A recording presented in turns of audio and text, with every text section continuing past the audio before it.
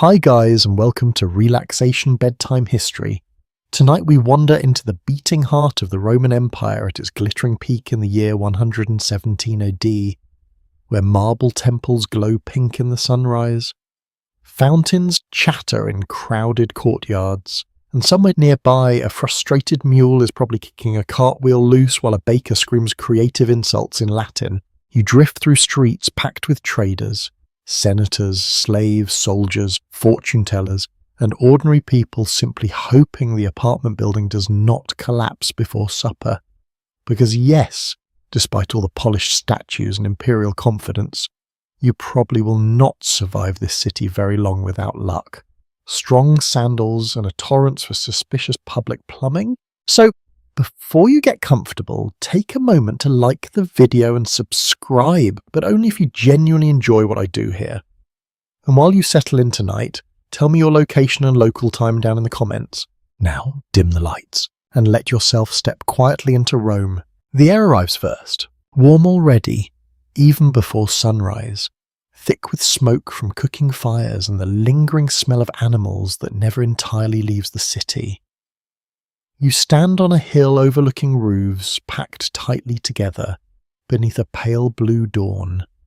Somewhere far below, a dog barks, another answers, then comes the scrape of shutters opening one by one across the sleeping capital of the empire, Rome. In 117, AD is enormous by ancient standards. Perhaps 1 million people crowd inside and around the city. A mainstream historical understanding places it among the largest urban centres on Earth at the time. To you, standing here with sleepy eyes and dust already clinging to your sandals, it feels less like a city and more like an entire world compressed into stone streets.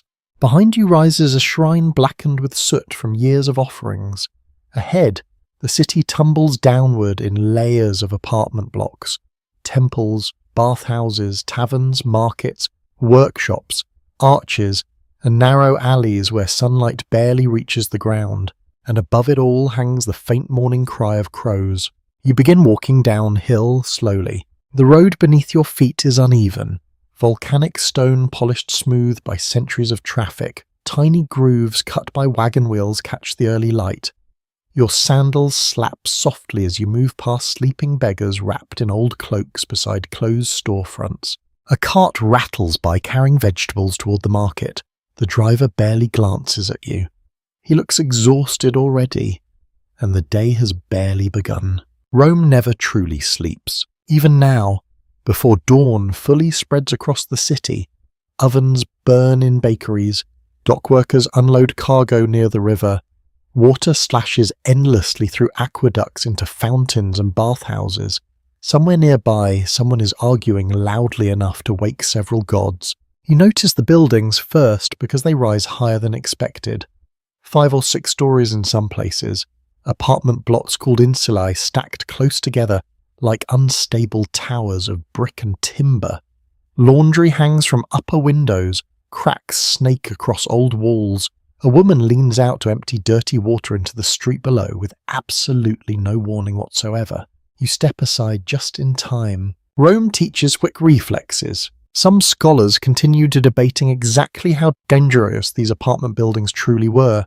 Ancient writers loved exaggerating disasters, especially fires and collapses. Still, standing beneath leaning balconies supported by tired beams, you decide this is probably not the place to test structural engineering. The city smells alive. Fresh bread drifting from ovens, fish sauce fermenting somewhere nearby, olive oil, smoke, sweat, wet stone, donkey dung baking slowly in the growing heat. Oddly enough, the combination settles into something almost comforting after a while. Human, busy, familiar. As the sky brightens, more people emerge. An old man sweeps dust from his doorway with endless determination, despite the fact that Rome contains approximately 9 billion grains of dirt. Young apprentices hurry past carrying tools. Women wrapped in stolas move toward fountains with clay jars balanced expertly against their hips. A pair of soldiers laugh while buying hot bread from a street vendor already doing brisk business. You hear languages from across the empire. Latin dominates, of course, but Greek drifts through the crowd too, along with Egyptian accents, Syrian voices, North African traders, and travellers from provinces you have barely heard of. Rome pulls the world inward like a giant stone magnet, and at the centre of everything stands the Emperor Trajan. In 117 AD, the empire stretches wider than ever before under his rule. From Britain to Mesopotamia, Rome controls astonishing territory. Statues of Trajan appear throughout the city. Calm face, military cloak, eternal confidence carved into marble, though historians still argue whether the empire had already reached the limit of sustainable expansion by this point. Standing here among overworked labourers and endless construction projects, you can almost sense the strain beneath the glory. Still, the Romans around you do not spend much time philosophizing about imperial overreach before breakfast. They have errands. A young boy rushes by carrying a tray of tiny oil lamps. A fish seller arranges his catch carefully on crushed herbs to mask the smell. Nearby, two men argue over gambling debts with the weary rhythm of people who have repeated the same conversation many times before. You continue toward the forum. The streets widen gradually. Temples appear between buildings like enormous stone ships emerging through fog. Columns gleam cream white in the morning light. Bronze statues catch the sun. Pigeons flutter upward in noisy bursts. Then you finally see it. The heart of Rome, the Forum Romanum. Even this early, people crowd the space, lawyers preparing speeches, priests arranging sacrifices, merchants shouting prices, officials carrying scrolls, citizens hoping for favours, everyone brushing past everyone else beneath towering monuments built across generations. The sound never stops. Sandals scraping stone, water splashing from fountain, vendors calling out figs, bread and wine. The distant hammering of construction somewhere nearby. You pause beside a fountain and dip your fingers into cold flowing water brought from distant hills by aqueducts. The engineering behind Rome's water system still amazes modern historians. Some aqueducts carried millions of gallons daily across incredible distances, using careful gradients so subtle they are almost invisible. And yet, despite this technological brilliance, somebody nearby is also trying to sell powdered crocodile dung as a cosmetic treatment. Rome contains multitudes. A quirky little detail survives from ancient writings describing strange beauty products used by wealthy Romans. Some included ingredients that absolutely sound invented by a bored physician with too much free time.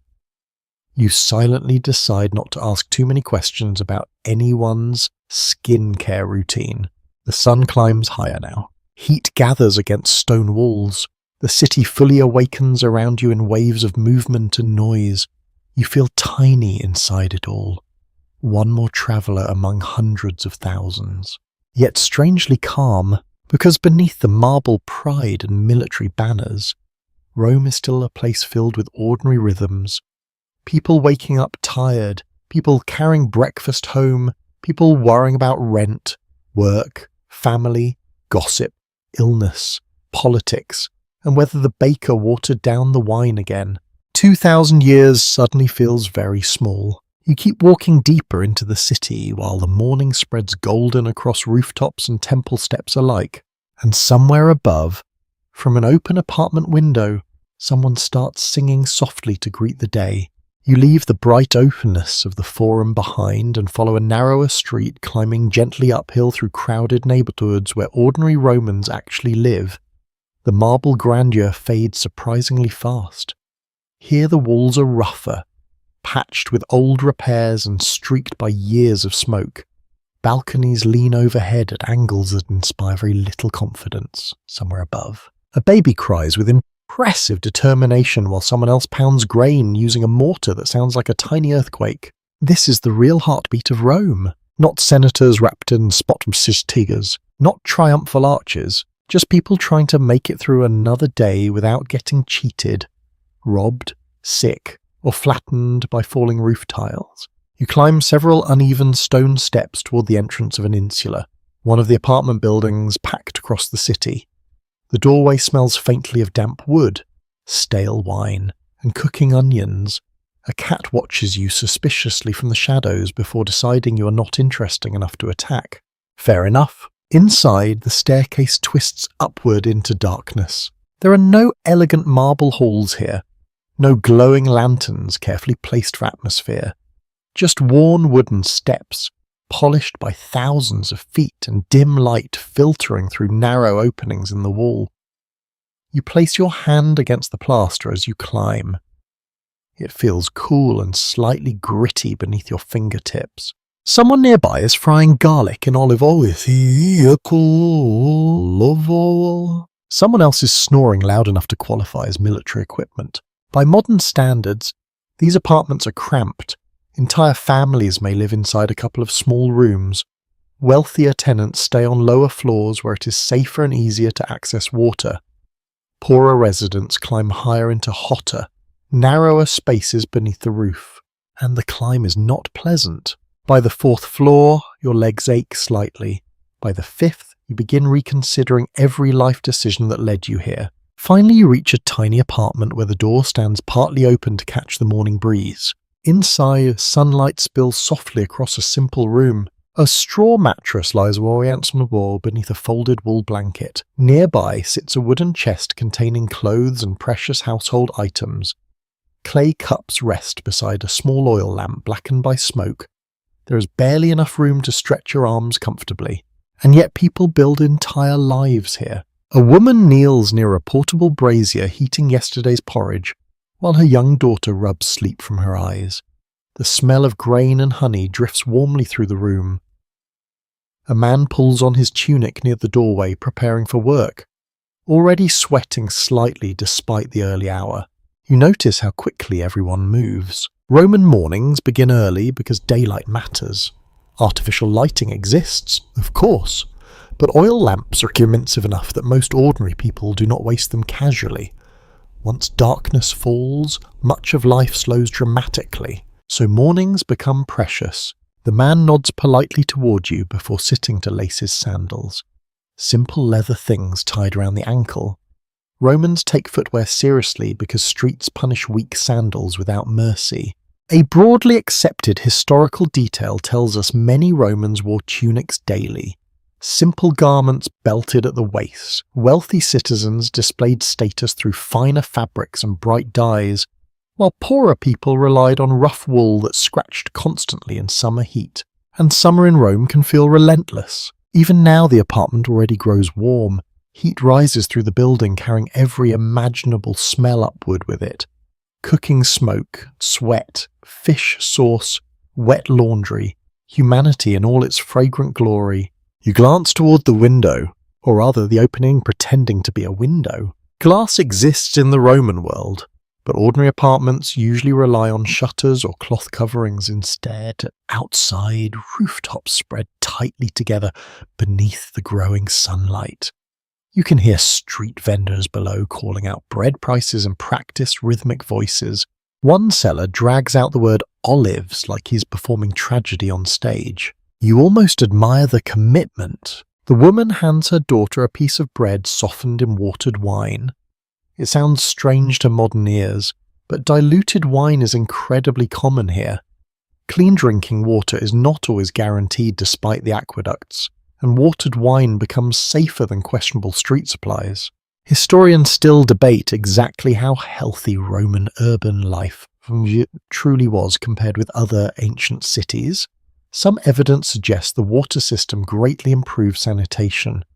Other scholars point toward overcrowding, smoke inhalation, parasites, and lead contamination as serious problems quietly hiding beneath Rome's polished reputation. Standing inside this warm little apartment, you suspect the answer is complicated. The child studies you curiously while chewing breakfast. You smile politely. She immediately hides behind her mother. A timeless human interaction, apparently. Near the mattress rests a tiny clay doll with movable limbs, worn smooth from use, a reminder that childhood exists even here among cramped rooms and constant labour. Roman children play games, chase hoops through alleys, and invent mischief with impressive creativity. Though childhood can also end early, many children work young. Some never survive infancy at all. Illness moves quickly through crowded districts, so families treasure ordinary mornings more carefully than they sometimes show. From another room comes the sound of coughing, long, harsh, familiar. Smoke from indoor braziers fills many Roman homes, especially in winter. Your eyes already sting slightly from the haze hanging near the ceiling. The apartment next door erupts into an argument. You cannot understand every word, but the tone translates perfectly across 2,000 years. Someone forgot something important. Someone else is deeply unimpressed by excuses. A baby starts crying again. Somewhere below, a rooster screams at reality. Rome continues waking. You step back into the stairwell and continue upward briefly toward the roof. Here the air feels fresher. Laundry snaps gently between poles in the morning breeze. From this height the city stretches endlessly in every direction. Temples gleam among crowded housing blocks. Thin smoke rises from thousands of cooking fires. The distant river flashes silver beneath bridges. And beyond everything, aqueducts stride across the landscape like giant stone ribs. A strange little story survives from Roman writings claiming some tenants trained pigeons to carry messages between rooftops inside the city. Whether this happened often or simply sounded clever in conversation remains uncertain. Romans loved passing along entertaining stories with varying levels of factual commitment. Honestly, not much has changed there either. You lean against a low wall while sounds drift upward from the streets below. Metal hammering, dogs barking, children laughing, merchants shouting. The city feels layered, rich and poor stacked almost on top of each other. Senators may live only streets away from labourers sleeping 6 people to a room. Wealth flashes briefly in jewellery or dyed clothing before vanishing back into the crowd. Yet everyone shares the same air, the same heat, the same noise rolling endlessly through the capital of the empire. Eventually the man from downstairs emerges onto the rooftop carrying a basket of laundry. He nods again politely, then pauses beside the wall to glance across Rome. For a moment neither of you speaks. You simply watch sunlight spread slowly over the city together, while pigeons wheel above tiled roofs and distant temple columns burn gold beneath the morning sky. Then he sighs softly, adjusts the basket against his hip, and heads back downstairs toward another long Roman day. You follow him, because down below the streets are fully awake now, and breakfast smells drift through the city like an invitation. The smell reaches you before the bakery itself. Warm bread, toasted grain, smoke curling from ovens that have already burned since long before sunrise. After weaving through Rome's noisy streets for hours, your stomach reacts instantly. So does everyone else's. A line has formed outside the bakery door. Not an orderly line. Naturally. This is Rome. People lean, drift, shuffle, complain, negotiate, and somehow still maintain a rough social understanding about who arrived first. An elderly woman near the front guards her place with the sharp-eyed focus of a military commander defending a frontier fort. You wisely keep your distance. Inside the bakery, heat rolls outward in thick waves. The room glows amber from firelight reflecting off flour dust floating through the air. Slaves and apprentices move constantly between kneading tables and the ovens themselves, carrying trays blackened by years of use. The grinding stones catch your attention first. Massive circular millstones turned by donkeys walking patiently in endless circles. Their hooves scrape rhythmically against the floor while grain pours steadily into the mechanism above. One donkey looks emotionally exhausted by the entire concept of civilization. Honestly, relatable? Archaeological evidence from Roman bakeries shows just how industrial food production had already become in major cities like Rome. Feeding perhaps close to 1 million residents required astonishing organization. Grain shipments arrived constantly from places such as Egypt and North Africa to supply the capital. Without them, Rome would grow hungry very quickly, and hungry crowds rarely remain calm. A baker pulls fresh loaves from the oven using a long wooden paddle. The smell deepens instantly, nutty, smoky, comforting in the most ancient possible way. Several customers lean forward unconsciously like worshippers receiving a blessing. You cannot blame them. Bread matters here. Almost beyond measure. For poorer Romans especially, grain forms the centre of daily survival. Some citizens even receive grain distributions through state programs. Emperors understand an important truth about politics. People with full stomachs complain less loudly. Usually, you finally manage to secure a small round loaf still warm enough to sting your fingertips slightly. Its crust crackles softly as you tear it open. Steam escapes carrying the earthy scent of baked wheat. The taste surprises you.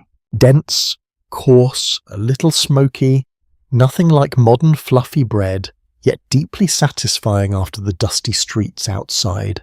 You chew slowly while leaning against a nearby wall as carts rumble past. Beside the bakery entrance, a woman sells little bowls of porridge sweetened with dates. Another offers olives floating in brine. A thin man with ink-stained fingers eats onions and bread while reading from a wax tablet between bites. Breakfast in Rome depends heavily on status. Wealthy households may enjoy eggs, fruit, honey, fine bread, cheese, and imported delicacies served by slaves in elegant dining rooms. Ordinary workers often settle for bread dipped in wine, leftover porridge, or cheap street food grabbed while hurrying toward work. And some people simply go hungry. The empire at its height remains beautiful and brutal at the same time. You continue walking while eating your loaf. Crumbs cling stubbornly to your tunic.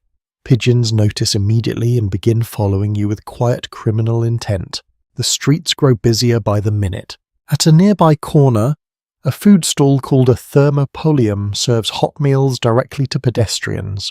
Large clay jars are built into the counter holding lentils, stew, vegetables, and watered wine. Steam rises gently from the containers, while customers crowd shoulder to shoulder around the stall.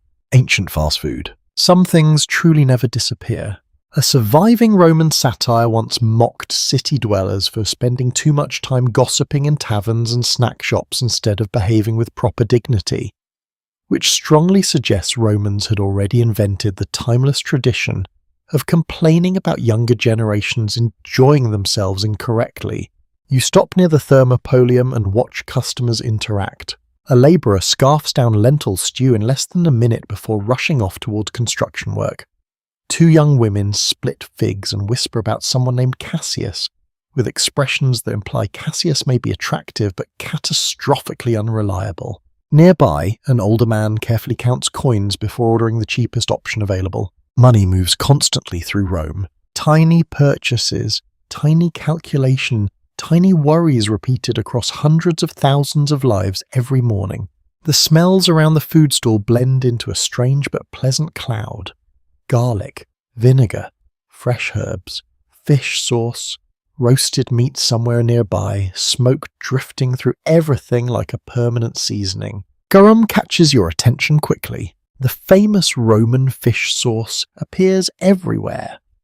Poured onto vegetables, meat, bread, and stews made from fermented fish packed with salt and left to age beneath the sun. To modern noses, the process sounds deeply alarming. To Romans, it tastes delicious. Fragments of surviving recipes suggest people used garum with astonishing enthusiasm. You suspect at least one Roman cook probably looked at dessert and thought, yes, this could use fish sauce too. The empire remains mysterious. You move farther along the street and pass a wine shop where enormous clay amphorae stand lined against the wall. The owner pours diluted wine into cups for morning customers already gathering beneath a faded awning. The wine itself is stronger and rougher than many modern versions, often mixed with herbs, spices, or seawater depending on taste and local custom.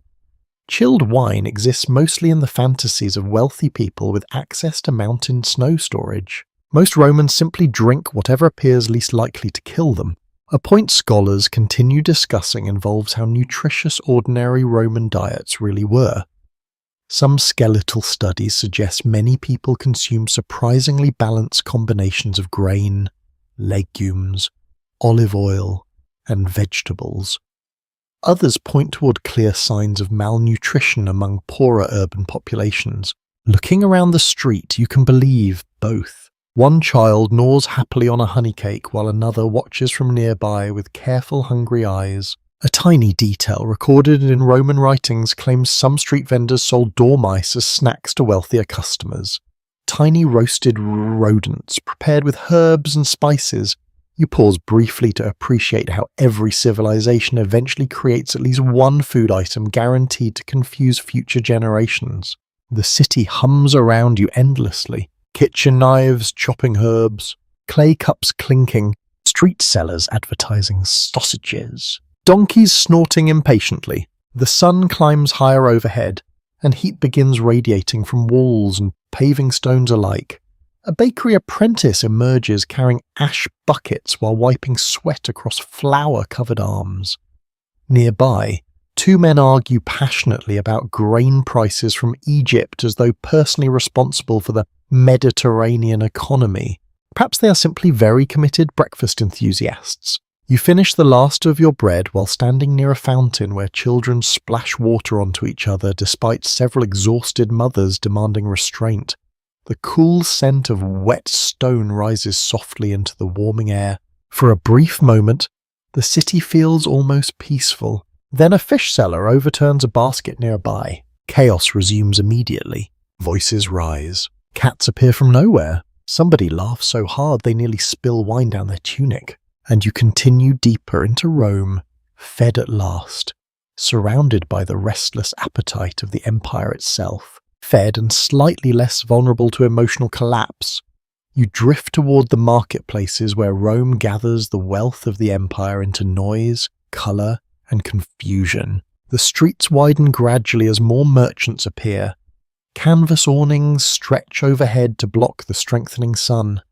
Beneath them, rows of stalls spill into one another, until the market feels less like an organised commercial district and more like a living creature breathing through thousands of voices at once. You hear bargaining before you see anything clearly. A fishmonger swears his mullet arrived fresh that morning. A customer responds with a look suggesting the fish may have died during the reign of Julius Caesar. Nearby, somebody bursts into laughter. Rome conducts business loudly. You step carefully between baskets overflowing with olives, onions, figs, beans, nuts, and herbs tied into fragrant bundles. The air smells incredible here. Mint crushed under sandals, coriander drifting from spice trays, citrus peel drying in the warmth. Somewhere close, cinnamon and pepper mingle in a way that feels shockingly modern. The empire stretches across immense distances, and the market proves it better than any triumphal monument could. Goods arrive from everywhere. Glassware from Syria, papyrus from Egypt, wine from Gaul, silks that travelled slowly westward through vast trade networks connected to lands Romans barely understand. One respected interpretation among historians holds that Rome sat at the centre of an economic system astonishingly interconnected for the ancient world. Standing here among traders shouting in multiple languages while foreign spices perfume the air, you can almost feel those invisible trade routes pulling the world inward. A camel passes nearby carrying cargo. A camel! In the middle of Rome, the animal looks deeply unimpressed by urban life. Children follow it immediately. You wander deeper into the market where cloth merchants display dyed fabrics fluttering softly overhead. Crimson wool, pale linen, deep saffron colours glowing beneath sunlight. Rich purple remains especially prized because producing true Tyrian purple dye requires enormous labour involving sea snails and complicated extraction processes. In simple terms, luxury fashion in Rome smells faintly of shellfish and economic inequality. A wealthy woman runs her fingers across imported silk, while her servant holds several packages already stacked against his chest. Roman writers occasionally complained that silk garments were scandalously revealing because the fabric could appear almost transparent. which means moral panic about clothing trends also has a very long history. The market floor crunches beneath your sandals with scattered straw and vegetable scraps. Vendors constantly sweep debris aside, though the effort seems hopeless. Pigeons patrol aggressively between stalls searching for crumbs. One particularly confident bird steals a grape directly from a distracted customer and escapes into the crowd like a feathered criminal mastermind. Honestly impressive. You pause beside a spice stall where tiny mountains of colour rise from shallow bowls. Red saffron threads, green herbs, black peppercorns worth enough to signal wealth. The merchant notices your curiosity immediately and launches into an enthusiastic sales speech involving exaggerated claims about flavour, health, and possibly romance enhancement. Roman advertising appears to rely heavily on confidence. The merchant presses a pinch of cumin into your palm so you can smell it. Warm, earthy, sharp enough to cut through the thick market air.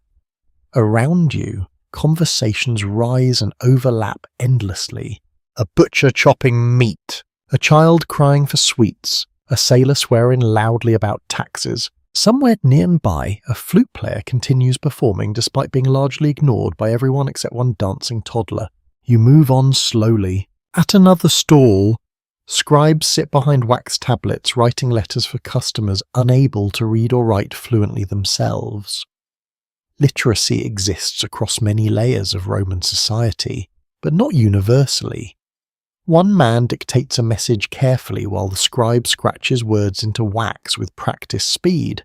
The customer pauses often, apparently composing passive-aggressive correspondence also transcends time. Near the edge of the market, enslaved workers unload amphorae from a wagon beneath the watchful eye of an overseer counting inventory. Olive oil sloshes softly inside the clay containers.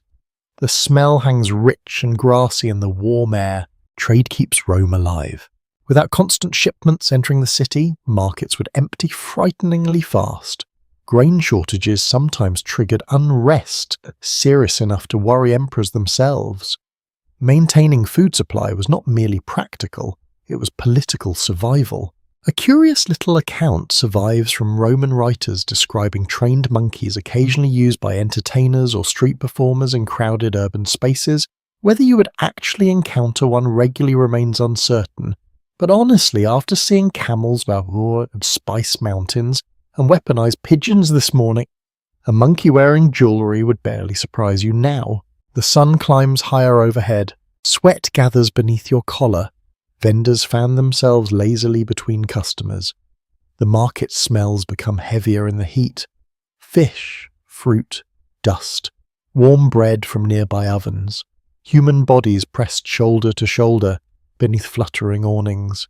And still more people arrive. You notice how social the market feels. People do not simply buy things here.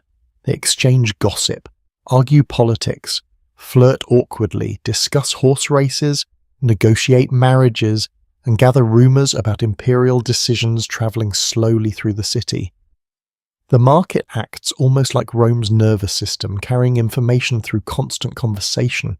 At one fruit stall, two women debate whether the emperor's eastern campaigns have gone too far. A nearby customer interrupts confidently despite clearly understanding absolutely nothing. That tradition remains immortal. Some classicists continue examining how much economic mobility existed within Roman urban life. Certain traders and freedmen gained considerable wealth through commerce, while many labourers remained trapped in unstable poverty for generations. Looking around the market, you can sense both possibilities at once. A successful merchant wrapped in fine linen strolls past carrying imported perfume. Only a few steps away, a barefoot porter strains beneath crushing weight for a handful of coins. The contrasts never disappear. You stop at a pottery stall where lamps, bowls, and cups are stacked carefully in rows. The potter demonstrates a small oil lamp shaped like a theatrical mask. Tiny details curve around the clay face with surprising elegance. Objects in Rome are rarely plain if decoration can be added instead. Even ordinary items carry little flourishes of personality. The potter mentions customers who believe certain lamp shapes bring luck in love or prosperity. You politely avoid asking whether anyone has produced statistical evidence supporting romantic lamp technology. A sudden breeze moves through the market, carrying cooler air from somewhere beyond the crowded streets. Fabric awnings ripple overhead. For a brief instant, the noise softens into a strange layered murmur.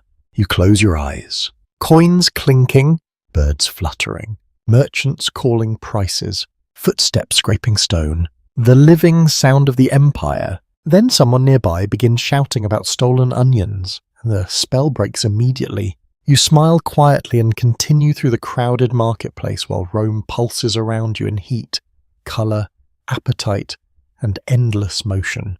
The working districts slowly give way to quieter residential streets where the noise softens just enough for individual voices to emerge from the constant hum of Rome. You notice women everywhere once you begin paying attention properly, not standing silently in the background of the empire, but moving through it constantly, carrying baskets, managing shops, supervising servants, negotiating prices, guiding children through crowded alleys with the alert focus of people who know the streets can turn chaotic in seconds. A woman passes you balancing a clay jar against her hip, while scolding two boys who appear moments away from climbing somewhere deeply unsafe. Another stands outside a dye shop arguing over payment with such calm intensity that even the shopkeeper eventually gives up and nods surrender. Rome may belong politically to emperors and senators, but daily life depends heavily on women whose names rarely survive in grand histories. You follow a narrow lane toward a small courtyard where laundry flaps between windows overhead. Here, several women sit together spinning wool beneath a shaded awning while children play nearby. The scene feels peaceful at first. Then one toddler attempts to eat mud. 3 adults react instantly. Civilization preserved. The spinning never stops while they talk. Fingers pull and twist wool with unconscious skill developed over years. Baskets overflow beside them with thread waiting to become cloth, tunics, blankets, or repairs for worn household garments. In Roman society, textile work forms a major part of domestic labour. Literary sources often praise ideal wives for diligence in spinning and managing the household efficiently. Even wealthy households valued the image of productive feminine virtue. Whether or not the lady of the house personally touched wool very often, reality naturally varied. One woman in the courtyard laughs suddenly at a joke you miss entirely. Another wipes sweat from her brow with the edge of her stola while continuing to work. Their conversation drifts between food prices, neighbourhood gossip, and complaints about a relative who apparently borrowed money months ago and now avoids eye contact at family gatherings. Some human traditions achieve immortality. A little farther ahead, you enter a busier street lined with shops run partly or entirely by women. One sells perfumes in tiny glass bottles glowing amber and green in the sunlight. Another manages a food stall while simultaneously feeding a baby balanced against her shoulder. The multitasking feels heroic. You pause near a bakery where a widow named Livia oversees several workers carrying trays in and out of the ovens. She keeps accounts on wax tablets, negotiates deliveries, and corrects mistakes instantly without raising her voice. Evidence from inscriptions and legal documents suggests certain Roman women, especially widows or freed women, operated businesses successfully in urban centres. Their opportunities remain constrained compared with elite men. But the city still allowed more visibility and economic activity than some modern stereotypes suggest. Rome runs on practical necessity. If somebody can earn money effectively, society often finds ways to tolerate it even while pretending otherwise. A passing litter carried by slaves interrupts your thoughts. Inside reclines an aristocratic woman shaded beneath fine cloth curtains. Gold jewellery flashes briefly at her wrists. Perfume trails faintly behind the litter as it disappears through the crowd. The contrast feels sharp. Elite women live very differently from labourers crowded into apartment blocks. Wealthy Roman households may contain gardens, painted dining rooms, private baths, libraries, and entire staffs of enslaved servants. Marriage alliances among upper-class families can shape politics itself. Yet even privileged women operate within strong social expectations. Reputation matters constantly. Family honor matters constantly. Public behavior matters constantly. One wrong rumor can spread through Rome faster than fire in summer wind. You pass a small shrine tucked into a wall niche where fresh flowers rest beneath tiny statues of household gods. An older woman pauses there briefly to murmur a prayer before continuing toward the market. Religious life often intertwines closely with women's daily routines. Household rituals, offerings, festivals, and family observances shape the rhythm of ordinary existence. Some women also serve important religious roles publicly, especially within priesthoods connected to major cults. The Vestal Virgins stand among the most famous examples. Chosen young, honoured publicly, granted unusual privileges, they maintain the sacred flame of Rome itself. Their status fascinates the city partly because it breaks ordinary expectations surrounding female authority, and partly because Romans enjoy dramatic symbolism almost as much as bread. A strange little story survives about fashionable Roman women using crushed insects or unusual minerals and cosmetics to achieve particular shades of colour. Ancient beauty culture could become astonishingly experimental. You remember the crocodile dung from earlier and quietly decide not to ask further questions. The afternoon grows warmer. Children nap in shaded corners while mothers continue working nearby. A teenage girl carries water up several flights of stairs inside an apartment building, her face flushed from effort. Two sisters lean from a balcony discussing a neighbour's romantic disaster with scholarly seriousness. Below them, an exhausted father pretends not to hear any of it. You wander into a richer district where painted walls brighten the streets with reds, blues, and delicate garden scenes. Here the sounds change slightly. Softer sandals, fewer shouting vendors, more servants moving quietly between doorways carrying baskets, linens, or messages.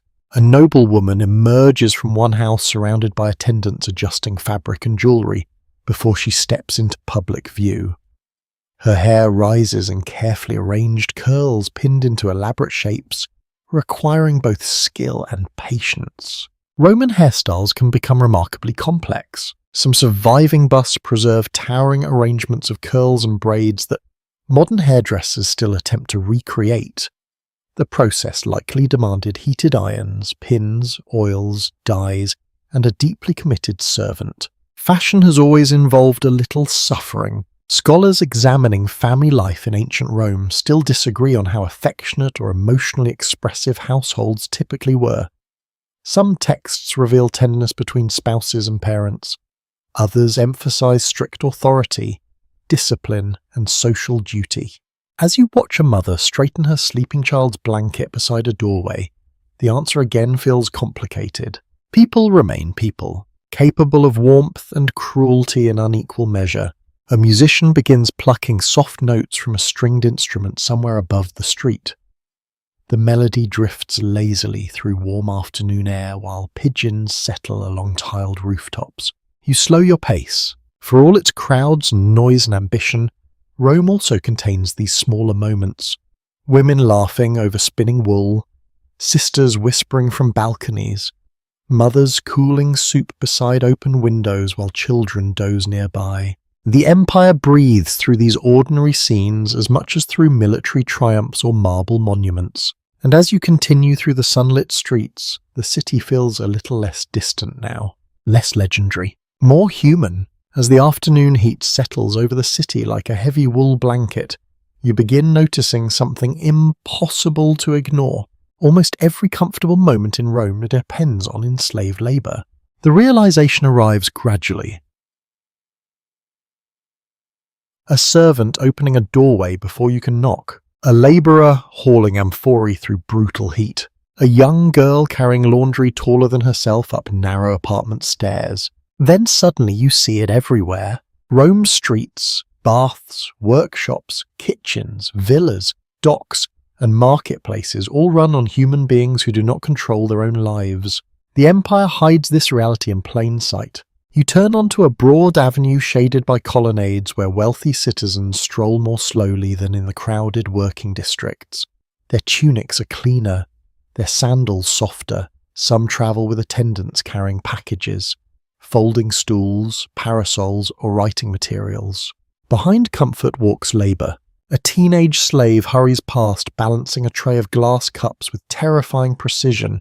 Nearby, 2 enslaved men carry a litter through the heat while the passenger inside barely glances outward. Their shoulders strain beneath polished wooden beams rubbed smooth from constant use. The city rarely pauses to acknowledge the sheer state. Acknowledge them, and yet without them, daily Roman life would unravel quickly. A substantial body of surviving evidence indicates slavery existed across every layer of Roman society. Enslaved people worked in households, agriculture, construction, mining, education, administration, entertainment, and commerce. Some endured horrifying conditions, others occupied more skilled domestic roles that offered limited comfort or occasional pathways toward freedom. But even kinder circumstances remained captivity. You pass a large townhouse where the front doors stand open to catch afternoon air. Inside the entrance hall, servants move quietly between rooms carrying food, water, linens, and messages. One sweeps mosaic floors while another trims oil lamps. Everything operates with careful coordination, almost invisible coordination.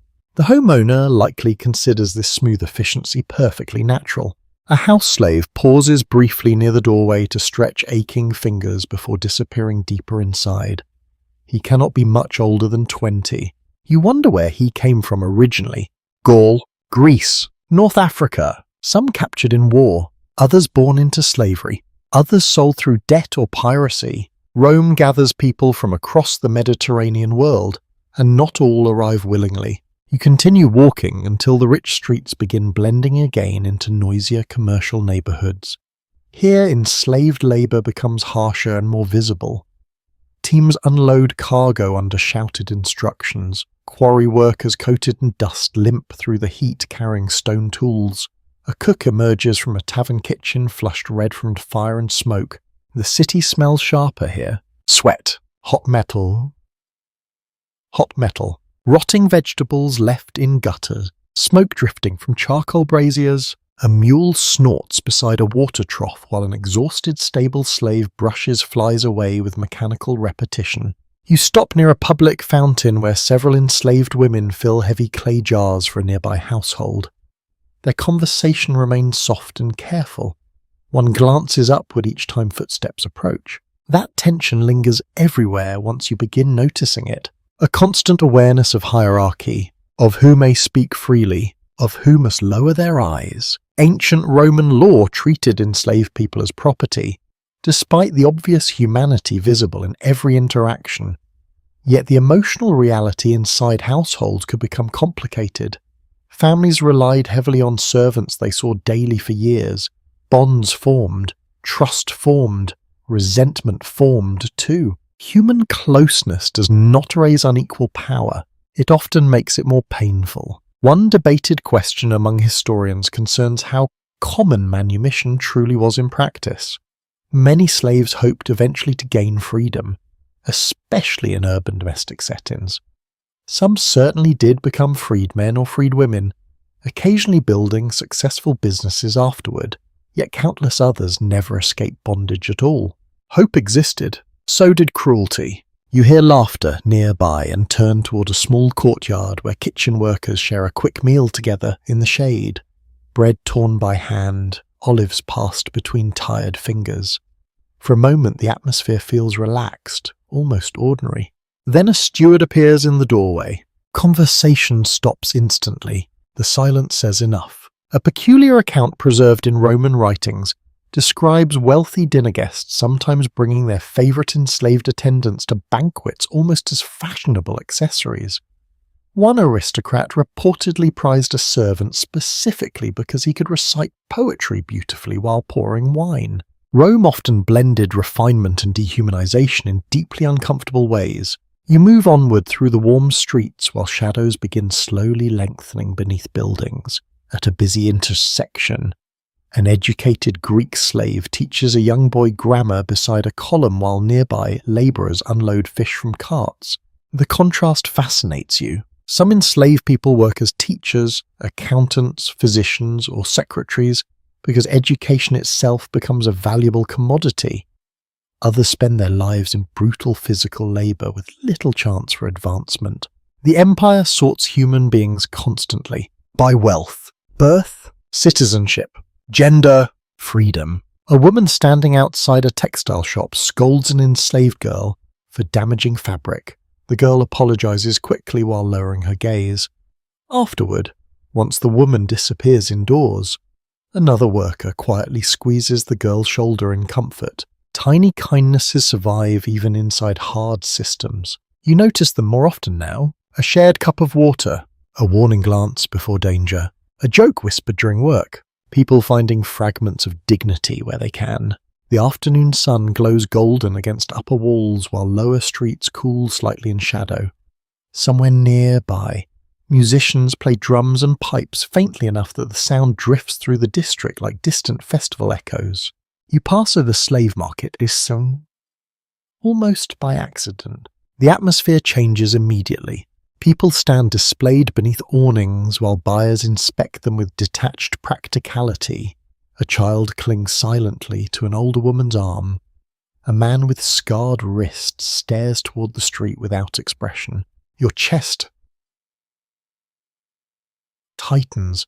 Rome rarely allows you to forget the cost of its greatness for very long. Some ancient moralists criticize cruelty towards slaves, though often more from concerns about discipline or household stability than universal human equality. Others barely questioned the institution at all. The empire's economy and social order depended too deeply upon it, and most people simply accepted the world they inherited. The market noise fades behind you as you walk away. For several minutes you say nothing to yourself at all, only foot steps, only heat, only the endless movement of the city continuing forward. Eventually you reach another fountain where cool water splashes softly into stone basins. Children laugh nearby. A baker carries fresh loaves through the street. Laundry stirs overhead in the evening breeze beginning to rise between buildings. Life continues. That may be the strangest thing about Rome. Its beauty and brutality exist side by side so closely that one often casts shadows across the other. And as you stand listening to water echo gently through the warm afternoon air, the empire suddenly feels less like a marble monument and more like something vast, human, restless, and painfully real. You leave the baths feeling lighter somehow. Cleaner, certainly softer around the edges too, as though the steam has loosened the noise of the city from your thoughts for a little while. Evening approaches now. The harshest heat fades from the streets, replaced by golden sunlight stretching long across walls and paving stones. And with evening comes food again. Rome is always eating. As you step back into the streets, the smells return immediately. Roasted meat crackling over charcoal, garlic sizzling in oil, fresh bread carried through cooling air. Somewhere nearby, sweet pastries dusted with honey perfume drift from a bakery preparing for tomorrow morning. Your stomach notices before your mind does. Crowds gather thickly around taverns and food stalls. Labourers finishing work stop for quick meals before climbing endless apartment stairs home. Merchants count coins while sipping diluted wine. Sailors laugh too loudly beside outdoor tables already sticky from spilled drink. The city exhales into supper. You wander toward a thermopolium tucked beneath faded painted walls. Clay jars line the counter, each holding something hot and fragrant. Lentils simmer slowly beside vegetables and chunks of meat swimming in rich broth. Steam curls upward, carrying scents of pepper, coriander, vinegar, and herbs. A cook ladles stew into a pottery bowl without pausing his argument about horse racing. Multitasking thrives in Rome. You claim a place near the edge of the stall where customers stand shoulder to shoulder, balancing bowls and cups carefully. The stew tastes earthy and filling, lentils softened almost into cream, bits of onion and garlic melted into the broth. Rough bread absorbs the liquid beautifully. Not luxurious, but satisfying in the way hungry people care about most. For many Romans, meals remain practical rather than extravagant. Archaeological remains and surviving texts suggest ordinary diets often centered around grain, legumes, olives, vegetables, and small amounts of fish or meat when affordable. Wealth shaped variety more than appetite. An appetite here seems universal. A man beside you devours sausages with enough enthusiasm to concern nearby observers. Another customer dips bread into wine while discussing local politics with someone clearly pretending to listen. At the end of the counter, a woman buys tiny honey cakes wrapped in leaves for her children waiting outside. They attack the cakes instantly with terrifying efficiency. The evening crowd thickens around you. Street musicians appear near taverns, hoping exhausted workers feel generous after wine. Oil lamps begin flickering to life beneath awnings as daylight softens further. Shadows stretch between buildings while smoke rises lazily into the warm evening sky. You continue walking with the flow of hungry Romans. Near a public square, several taverns spill noise directly into the street. Dice games rattle across wooden tables. Sailors sing badly but confidently. A cook flips fish over open flames while shouting at a delivery boy moving too slowly, which is to say approximately normal speed. Roman taverns vary wildly in quality. Some offer decent meals and lively company. Others acquire reputations involving theft, watered wine, and questionable sanitation practices best left unexplored before bedtime. One surviving wall inscription from Pompeii enthusiastically advertised wine, gambling, and romantic companionship in terms subtle enough to make modern nightclub promoters proud. Marketing never changes very much. You stop briefly beside a wine shop where enormous amphorae stand open beneath lantern light. Customers refill cups directly from the containers while talking in animated clusters. The wine tastes rougher than many modern versions, slightly sour, herbal, sometimes sweetened with honey or flavoured with spices depending on the cellar. Chilled wine remains uncommon for ordinary people, though wealthy households occasionally use mountain snow storage to impress guests. Honestly, if someone offered cold wine after walking Rome's streets all day, you might worship them on the spot. As darkness slowly gathers, richer citizens begin preparing for formal evening dinners. You pass a grand townhouse glowing warmly through open doors. Inside, servants move rapidly between rooms, arranging cushions, polishing silverware, and carrying trays heavy with food. Elite Roman banquets can become elaborate social performances. Reclining couches surround low tables while guests eat multiple courses featuring imported delicacies, seafood, fruit, sauces, wine, and entertainment. Conversation matters almost as much as the food itself. Possibly more.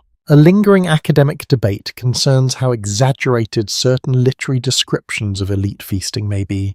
Roman satirists loved mocking excess, greed, and ridiculous luxury. Real dinners likely ranged from modestly elegant to astonishingly extravagant depending on wealth and personality. Still, some aristocrats absolutely spend fortunes trying to impress one another with rare ingredients. You suspect at least one senator has emotionally overcommitted to decorative peacock presentation. Outside the wealthy district, simpler suppers continue. Families gather inside cramped apartments around shared bowls of porridge or bread dipped in oil. Street vendors sell roasted nuts and grilled fish beneath hanging lamps.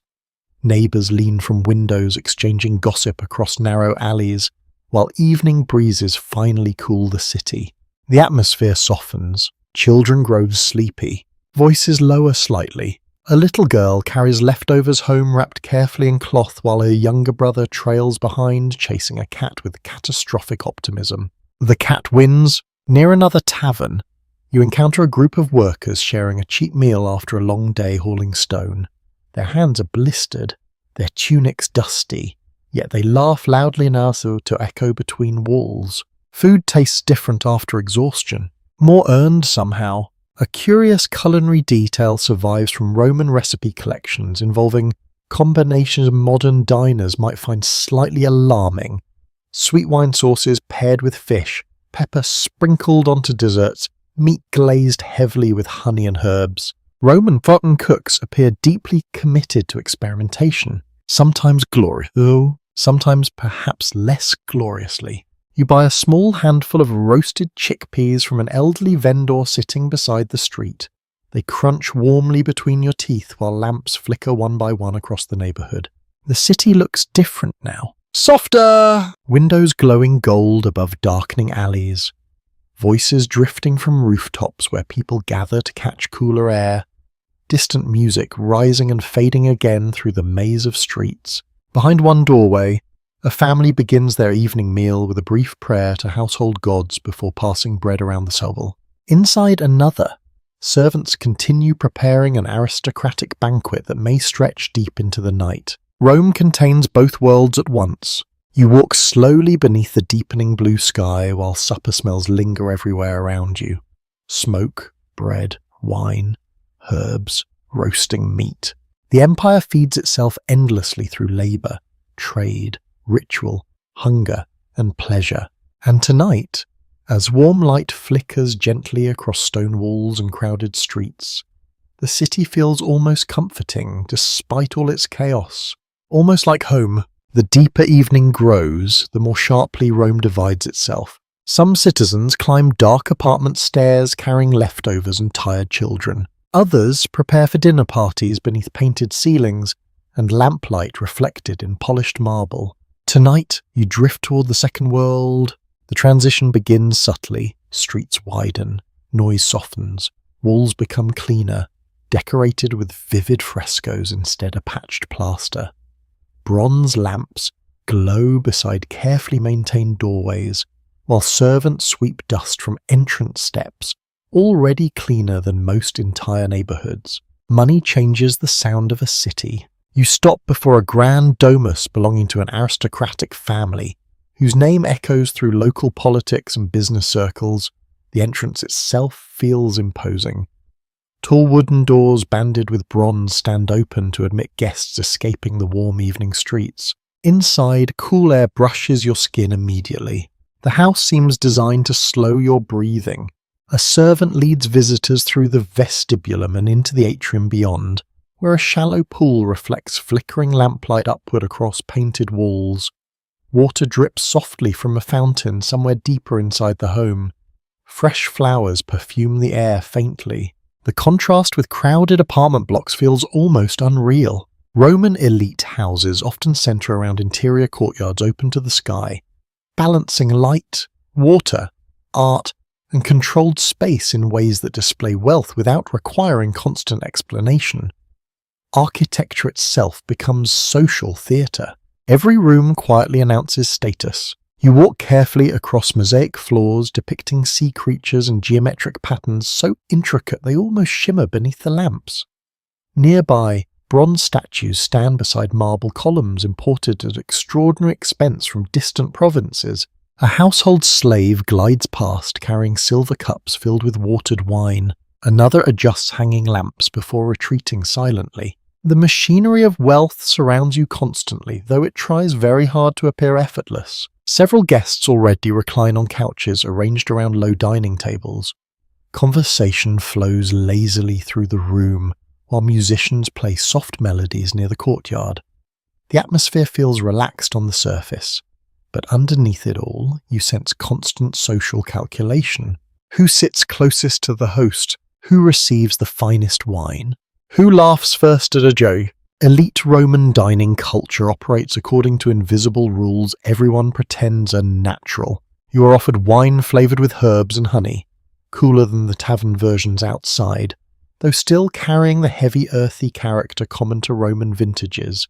Nearby, trays arrive bearing olives, oysters, bread, cheese, figs, and little dishes coated in glossy sauces.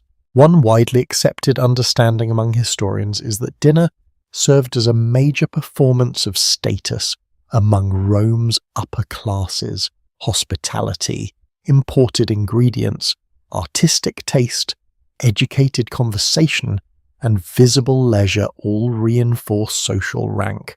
Basically, imagine networking events with more reclining and dramatically better mosaics. You settle carefully onto a couch while servants circulate around the room, refilling cups and replacing dishes almost invisibly. The host, wrapped in a finely bordered tunic, gestures expansively while discussing imperial building projects. He enjoys hearing himself speak. This becomes clear immediately. A poet seated nearby recites several polished verses to polite applause. One guest compliments the imagery enthusiastically, while another stares into the middle distance with the expression of a man mentally calculating how much longer the poem might continue. Civilized suffering takes many forms. The room glows warm gold beneath oil lamps suspended from bronze chains. Painted walls depict gardens, birds, temples, and scenes from mythology. The illusion of open landscapes inside enclosed rooms creates a strange dreamy effect, especially after wine. Outside, the city still roars beyond the walls. Inside here, everything feels curated, controlled, measured carefully. A platter arrives carrying roasted dormice seasoned with herbs and honey. Yeah, actual dormice. Tiny edible rodents presented as fashionable delicacies among certain wealthy Romans. You stare politely at the tray while questioning several historical trajectories simultaneously. Nearby guests seem delighted. Perhaps civilization peaked differently than expected. Servants continue moving quietly around the room. One pours wine, another clears bones and empty dishes. A young enslaved musician plucks soft melodies from a stringed instrument near the courtyard fountain. The guests rarely look directly at the workers unless requesting something. That absence itself feels revealing. You notice how the host's wife manages the evening from subtle positions around the room. She speaks less loudly than her husband, but observes everything. Seating arrangements, service timing. Which guests require attention? Which conversations risk becoming awkward? Power in elite Roman households often flows through quieter channels than public speeches suggest. A long-running scholarly discussion concerns how much freedom aristocratic women could exercise behind the scenes in domestic and social settings. Public authority remained heavily male-dominated, yet elite women frequently influenced household strategy, family alliances, finances, and reputation management in significant ways. Watching this dinner unfold, you suspect many men underestimate the women organizing their lives. A servant brings a bowl of rose petals for guests to rinse fingers between courses. Another distributes perfumes lightly onto wrists. Luxury here engages every sense. Soft fabrics against skin, cool stone beneath bare feet. Wine warmed slightly by lamplight. Music echoing gently through painted halls. Even the air smells expensive. At one point, conversation shifts toward Emperor Trajan and rumors surrounding succession. Voices lower slightly. Political discussions in Rome require care even among friends. Loyalty matters, so does survival. A guest tells an outrageous story about a senator who supposedly spent a fortune importing snow from the mountains simply to chill wine during summer banquets. Whether entirely true or embellished through gossip, the story sends laughter through the room. Romans adore tales of absurd luxury almost as much as they adore luxury itself. You glance upward toward the open section of the roof above the atrium. The sky beyond has darkened fully now. A few stars shimmer faintly through drifting smoke rising somewhere outside the house. For a moment, the fountain becomes the loudest sound in the room, water trickling softly, music fading into background murmurs, lamps flickering against painted gardens that never wilt. Then another course arrives, and conversation surges back to life immediately. The dinner stretches onward in waves of food, stories, jokes, politics, poetry, and more wine. The guests recline deeper against cushions while servants continue their endless careful work. And slowly you realize something important about Rome's wealthy class. They do not merely consume luxury, they live inside performances of permanence, as though polished marble, painted walls, and silver cups might somehow convince the world their comfort will last forever. Outside these walls, apartment staircases crack, labourers collapse into sleep, and hungry citizens count copper coins beneath smoky lamps. But inside here, beneath golden light and drifting music, the empire still feels eternal. Night settles gently across Rome, but the city does not become less spiritual after dark. If anything, the gods feel closer. You notice them everywhere now that the crowds have thinned slightly. Tiny shrines glowing beside doorways, oil lamps flickering beneath statues blackened by the years of smoke. Offerings left quietly in corners where people pause before continuing home through the warm evening streets. Religion in Rome is not confined to temples alone. It lives inside kitchens, crossroads, bedrooms, workshops, military camps, bathhouses, and marketplaces. The divine settles into daily routine so completely that most people probably stop noticing how often they interact with it. You turn down a narrow lane where a household shrine shines softly through an open doorway. Inside, a family gathers around tiny painted figures representing protective spirits known as Lars. The father places a little offering beside the shrine while murmuring prayers low enough that only the gods truly hear them. The children watch carefully. Learning the rituals matters. Roman religion depends less on personal belief in the modern sense and more on correct practice. Maintaining harmony with divine forces requires proper offerings, proper festivals, proper words spoken at proper moments. A missed ritual can feel unsettling, like forgetting to lock your door at night. One thing supported strongly by surviving evidence is that religion permeated Roman public life at nearly every level. Political meetings, military campaigns, marriages, funerals, business deals, and state ceremonies all involved ritual actions intended to maintain divine favour. Even emperors understood the importance of appearing properly connected to the sacred order of the world. You continue towards a larger temple district where broad stone steps glow pale beneath moonlight and scattered torches.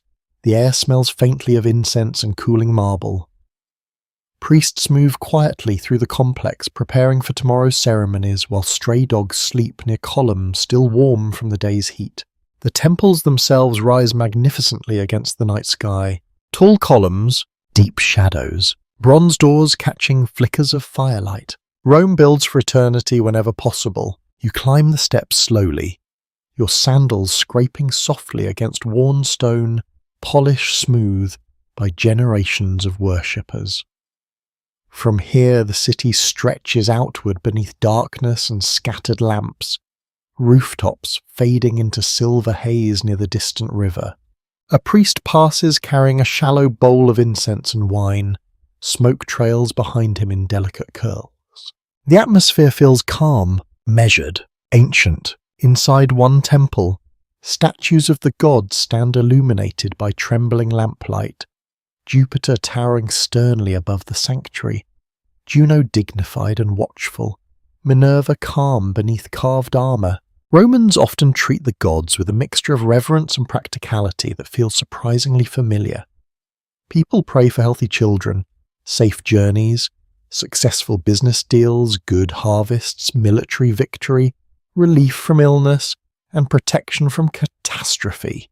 Divine assistance becomes part of ordinary risk management.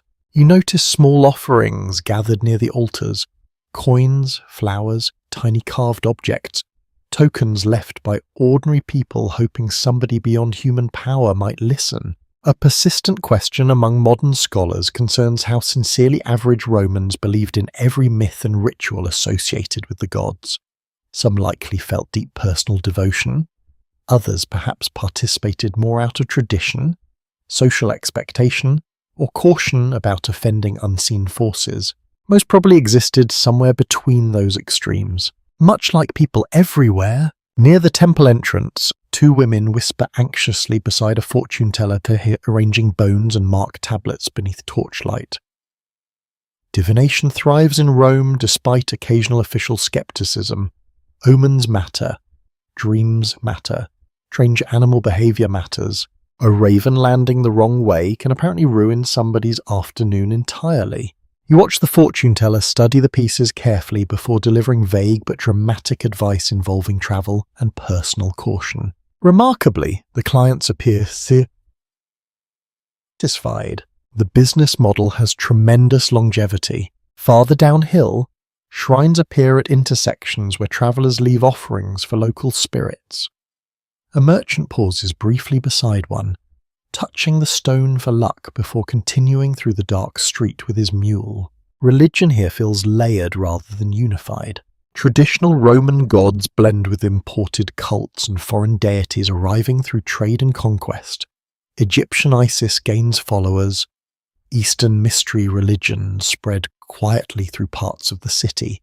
Philosophers debate cosmic order while ordinary people still nail protective charms above doorways. Rome absorbs beliefs the same way it absorbs goods, constantly. One curious practice recorded in ancient sources involved people consulting sacred chickens before important decisions. Priests observed how eagerly the birds ate grain in order to interpret divine approval or warning, which means somewhere in Roman history, military strategy briefly depended on poultry enthusiasm. Civilization remains astonishing. You pass a small shrine dedicated to Mercury where merchants leave offerings hoping for profitable business. The scent of wax and incense hangs warm in the air. Nearby, a sailor ties a tiny charm around his wrist before heading toward the river district. Night breezes stir softly between buildings now.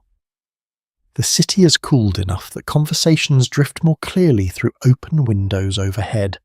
You hear laughter from a rooftop gathering, music from a tavern farther downhill, quiet prayer from someone standing alone beside a doorway shrine. Even solitude in Rome rarely feels entirely alone. The gods occupy every corner. At a larger public square, workers prepare decorations for an upcoming festival. Garlands hang between columns while boys carry baskets of flowers beneath supervision from increasingly exhausted adults. Festivals interrupt ordinary life regularly throughout the Roman calendar. Public games, sacrifices, feasts, and religious ceremonies pull entire neighborhoods together in celebration, competition, and ritual performance. The empire loves spectacle almost as much as ritual precision. You sit briefly near a fountain, while temple bells ring softly somewhere in the distance. Water murmurs against stone. Moonlight glimmers silver across the basin surface. For a moment, the city grows strangely peaceful. No shouting vendors, no hammering workshops, only drifting incense smoke, distant footsteps, and the endless sound of water moving through Rome beneath the stars. You realize then that the empire's religion is not simply about fear or obedience. It is also about reassurance. The belief that behind crowded streets, political ambition, illness, hunger, and uncertainty, some deeper order still exists. That rituals matter, that prayers travel somewhere, that the city itself rests beneath divine attention. And as you rise again beneath the warm Roman night, passing one glowing shrine after another through the sleeping streets, it becomes easy to understand why so many people desperately wanted that to be true. The next day arrives bright and restless. Rome wakes already hungry for entertainment. You notice the shift early in the morning as crowds begin moving with unusual excitement through the streets. Vendors haul baskets toward public venues. Children run ahead of exhausted parents. Gamblers argue over predictions before events have even begun. Somebody nearby is already screaming about chariot racing teams with the emotional intensity of a collapsing empire. The races have not started yet. This changes nothing. You follow the flow of people downhill through widening streets where posters and painted advertisements cover walls in fading layers. Gladiator names appear beside promises of thrilling combat. Notices announce theatrical performances, athletic contests, musicians, and upcoming spectacles funded by wealthy sponsors eager for popularity. Entertainment in Rome is rarely quiet, nor is it accidental. Public games and spectacles serve political purposes as much as recreational ones. Emperors and elites understand that crowds enjoying themselves become easier crowds to govern. Large events reinforce civic identity, social order, and imperial generosity all at once. Bread and spectacle form a powerful combination. The streets around the entertainment districts thicken steadily with bodies. Hawkers sell snacks from portable trays. Pickpockets drift invisibly through the crowd. A woman carrying ribbons in racing team colours shouts prices at passing customers, while boys nearby imitate gladiator fights using sticks. One of them dramatically collapses into a fountain after losing an imaginary duel. Several spectators applaud. You continue toward the Circus Maximus first. The sheer size of it catches your breath. Longer than almost any modern sports stadium, the great racing arena stretches across the valley floor, packed already with spectators pouring through entrances beneath towering stone walls. The noise rolls outward like distant thunder. Inside, the atmosphere becomes electric. Tens of thousands of Romans crowd the seating tiers. Senators in privileged sections, ordinary citizens shoulder to shoulder higher up, vendors weaving through aisles selling wine, bread, nuts, and pastries while everyone talks at once. The track itself glows pale beneath the morning sun. At the centre stands the spina, decorated with statues, shrines, and lap counters shaped like dolphins and eggs. Dust hangs lightly in the warm air while teams prepare their horses below. Blue supporters shout at green supporters. Green supporters insult blue supporters. The reds and whites refuse to be ignored. Nothing unites humanity quite like organised sports hostility. Surviving evidence suggests chariot racing stood among the most popular forms of mass entertainment in Rome. Fans supported factions passionately enough to inspire riots, political pressure, and lifelong personal loyalty. Watching the crowd around you, this becomes very easy to believe. A trumpet sounds. The arena erupts instantly. 4 chariots burst forward from the starting gates in a spray of dust and sunlight. Horses strain against harnesses, while drivers lean dangerously around tight turns at terrifying speed. The crowd rises as one living organism screaming encouragement and abuse simultaneously. You grip the stone railing despite yourself. The races feel genuinely dangerous because they are. Crashes happen often.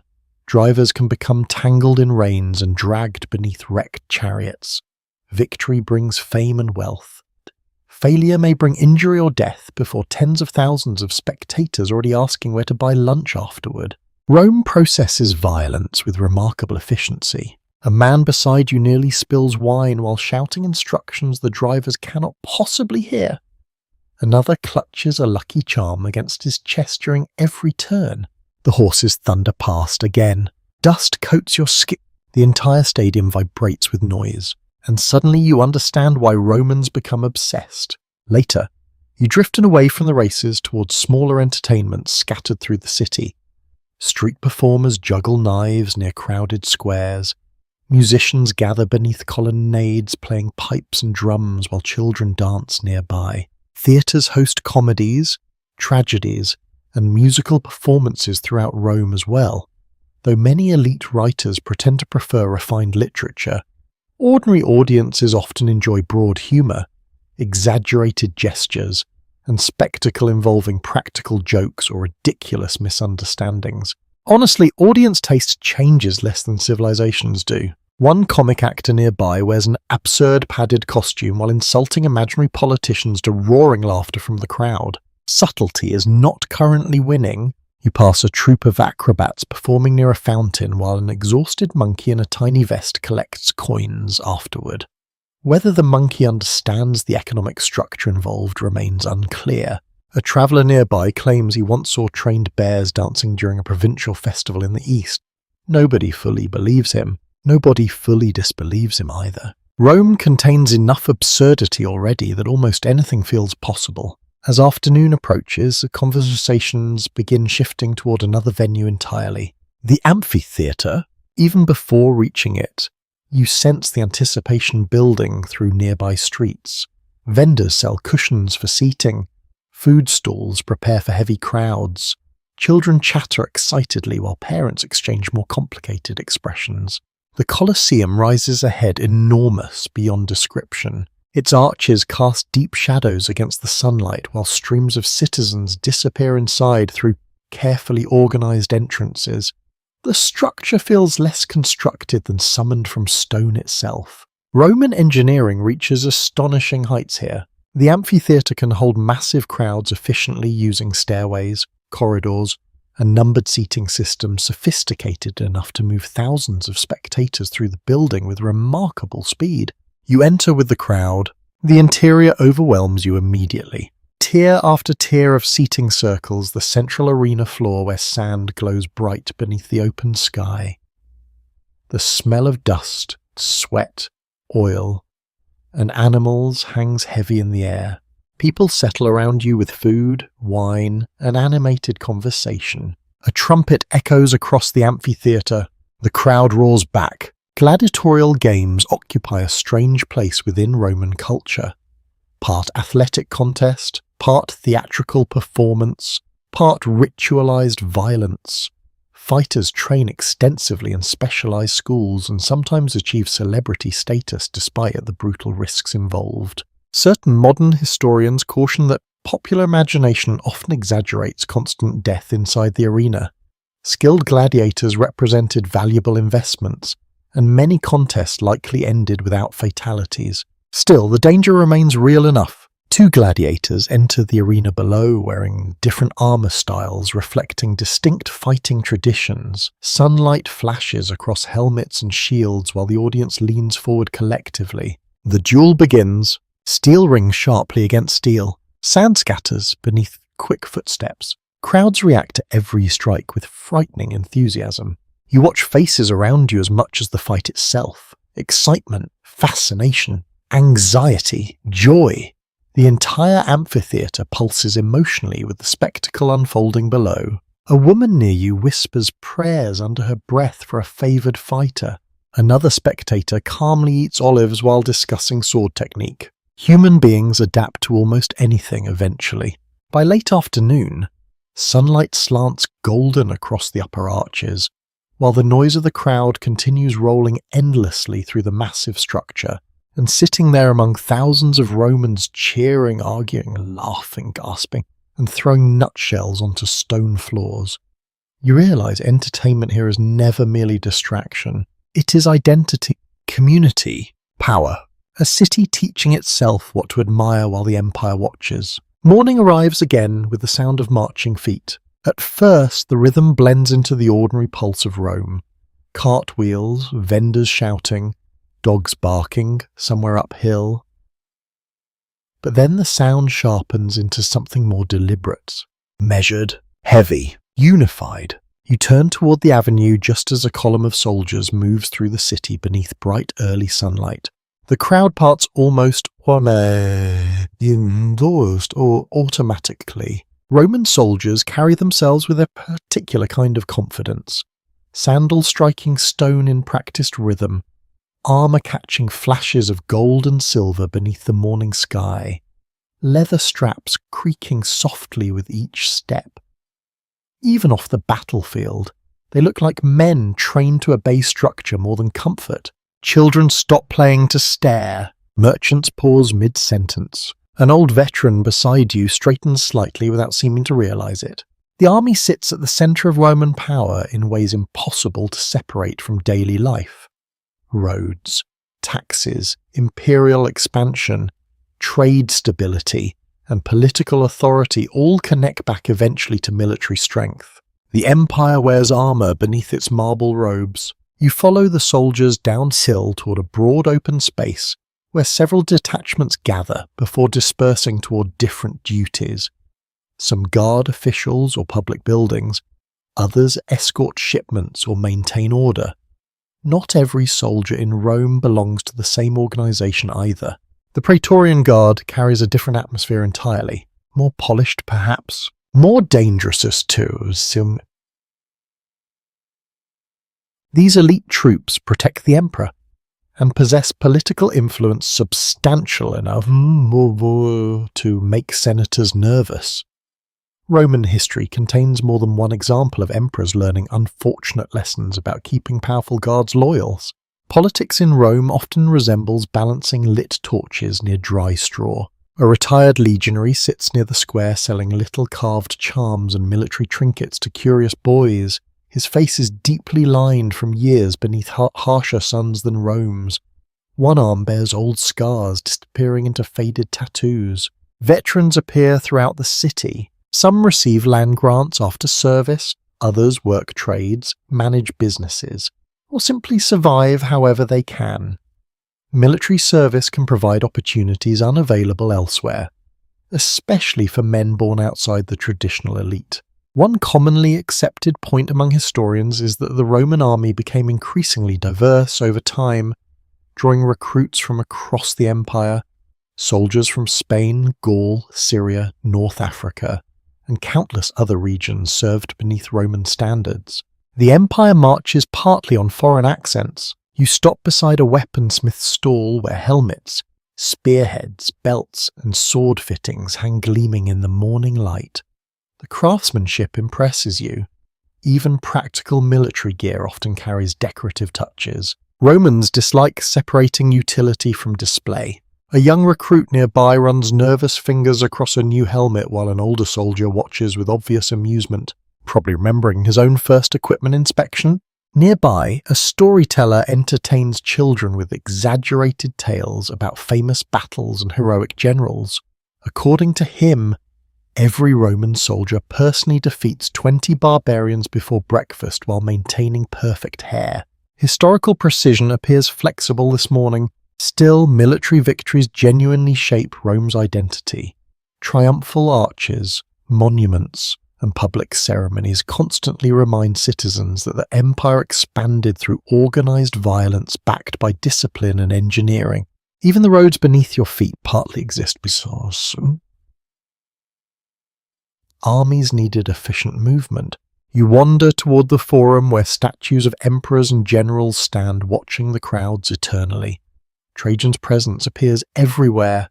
Coins, banners, public inscriptions praising victories in Dacia and Eastern campaigns.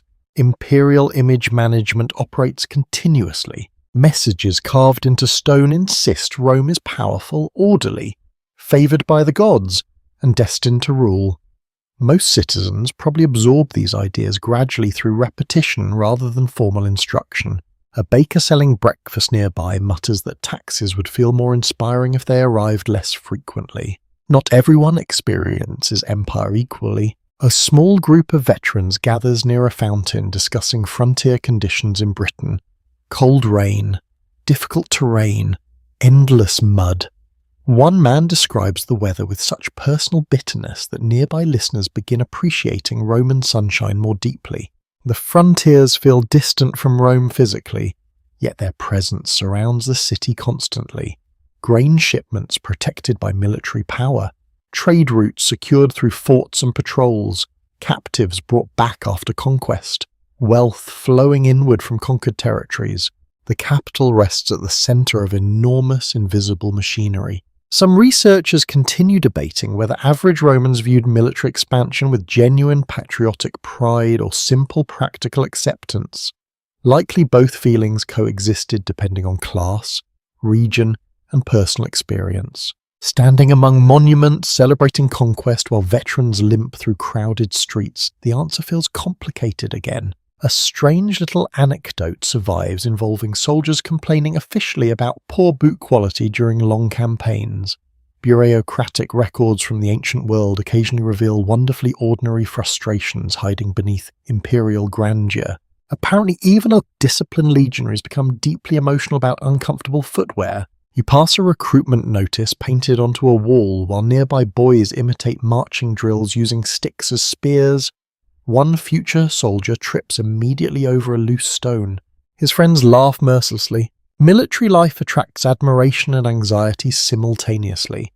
Service offers pay, status, adventure, citizenship opportunity for some recruits, and potential rewards after retirement. It also offers injury, exhaustion, disease, and long years far from home.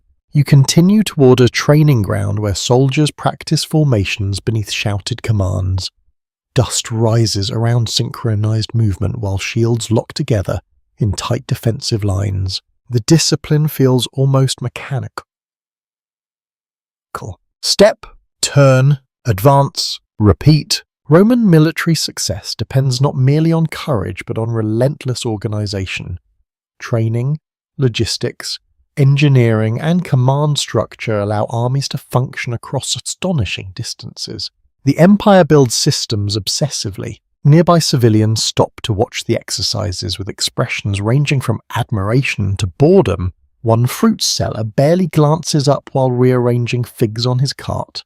Perhaps after years in Rome, even military precision becomes ordinary background scenery. A messenger on horseback races through the street carrying sealed documents toward administrative offices. Somewhere beyond the city, governors await instructions, troops patrol borders, forts stand against forests, deserts, mountains, and rivers at the edges of Roman control. And all roads eventually lead back here, back to crowded Rome with its baths, taverns, temples, markets, and endless conversations. You pause beneath the shadow of Trajan's column rising high above the surrounding buildings.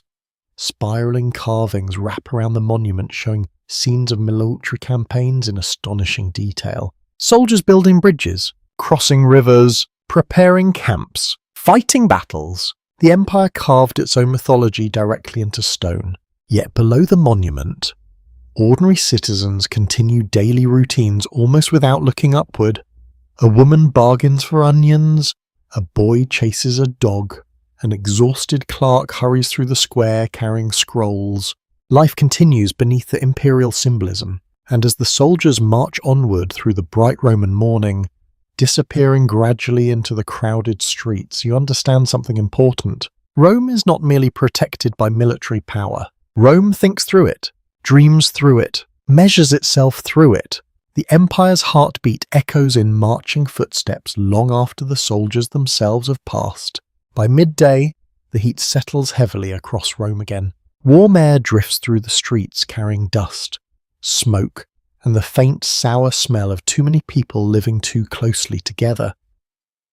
You notice it more now after spending time among fountains, bathhouses, and shaded courtyards. The city is magnificent. The city is also deeply unhealthy. You turn into a crowded district where narrow alleys trap heat between leaning apartment blocks. Laundry hangs overhead, barely moving in the still air. Somewhere nearby, somebody coughs continuously behind a shuttered window. Then another voice joins in. Illness never feels far away here. A physician's shop stands open beside the street, marked by painted symbols and shelves crowded with jars, herbs, oils, and instruments that immediately make you grateful for modern anesthesia. The doctor himself sits outside speaking with a worried mother, while her young son squirms beside her holding a cloth against his scraped knee. The physician examines the injury carefully before applying a pungent herbal paste. The boy reacts as though personally betrayed by civilization. Reasonable response, honestly. Roman medicine blends practical observation with theories modern science eventually abandoned.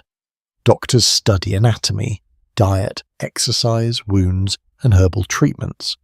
Greek medical traditions strongly influence elite physicians throughout the empire, yet many illnesses remain mysterious and terrifying. Fevers arrive suddenly.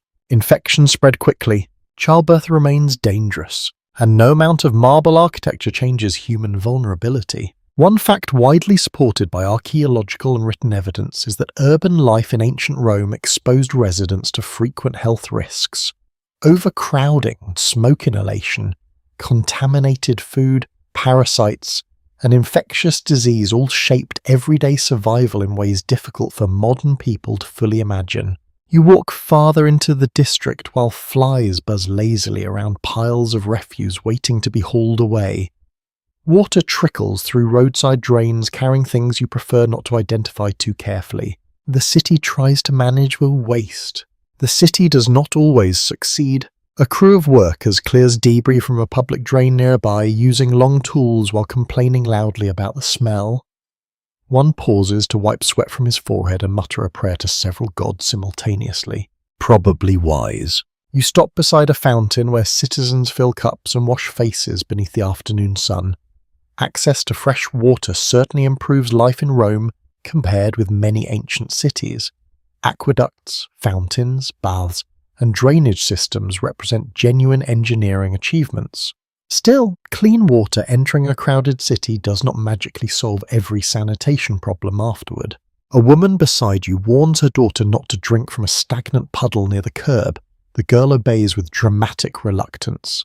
Ancient parenting apparently involved endless negotiations too. You continue uphill toward a quieter neighborhood where a wealthy household physician arrives at a domus carrying a leather case of instruments. Elite families can afford better treatment, private care, imported medicines, and more comfortable recovery spaces. Poorer Romans often rely on cheaper practitioners, herbal remedies, religious appeals, or simple endurance. Class shapes survival here just as surely as anywhere else. A surviving medical text from the Roman world recommended treatments involving honey, vinegar, herbs, rest, and careful diet for many conditions. Some remedies sound surprisingly sensible. Others involve ingredients or procedures that inspire immediate concern. At one point, powdered mouse brains apparently entered the conversation. Medicine takes many strange roads before reaching modern hospitals. Near the edge of a small square, a travelling healer sells amulets promising protection against fever and evil spirits. Several customers examine the charm seriously while nearby skeptics roll their eyes. Yet when sickness strikes, certainty becomes fragile. People try what they can. You pass a public latrine built beside running water channels beneath stone seats arranged in long rows. The atmosphere feels oddly social despite the obvious practical purpose. Several men continue conversations casually while attending to business. Privacy standards differ somewhat from modern expectations. A number of scholars still discuss how effective Roman public sanitation truly was overall. Some evidence points toward cleaner urban infrastructure than many later pre-modern cities. Other findings reveal widespread parasites and chronic health issues despite the impressive engineering systems. Rome appears simultaneously advanced and vulnerable, much like people themselves. You hear shouting ahead and discover a crowd gathered around an injured labourer sitting against a wall clutching his arm. A construction accident apparently ended badly. Dust coats his tunic while two friends argue about whether to fetch a doctor or simply splint the arm themselves. The injured man mostly seems concerned about missing work. That detail hits hardest somehow. In a world without strong social protections, even temporary injury can threaten survival. Lost wages ripple outward quickly through households already balancing carefully between stability and hardship. A woman nearby quietly offers the labourer water. Small kindnesses again, always appearing between the cracks of harder systems. You continue walking while afternoon light burns pale across the streets. A funeral procession passes slowly downhill, carrying incense and flowers while mourners walk behind in muted clothing. Disease and death remain ordinary enough in Rome that most people learn early not to assume tomorrow automatically arrives. Children especially face frightening mortality rates by modern standards. Families celebrate survival milestones carefully because nothing feels guaranteed. Yet life continues loudly anyway. Markets open. Children play. Lovers fuss beside a fountain. People laugh in taverns while physicians grind herbs nearby. A curious medical belief circulating in parts of the Roman world held that certain gemstones carried healing properties depending on colour and origin. One merchant insists green stones soothe stomach illness, while another claims amber protects against throat disease. Scientific testing appears limited. Confidence remains abundant. You pause outside a modest shrine dedicated to Asclepius, god of healing. Fresh offerings rest beside tiny carved limbs left by worshippers hoping for recovery from injuries or illness. The shrine smells of wax and incense. Quiet prayers drift through the warm air. Religion and medicine intertwine constantly in Roman life.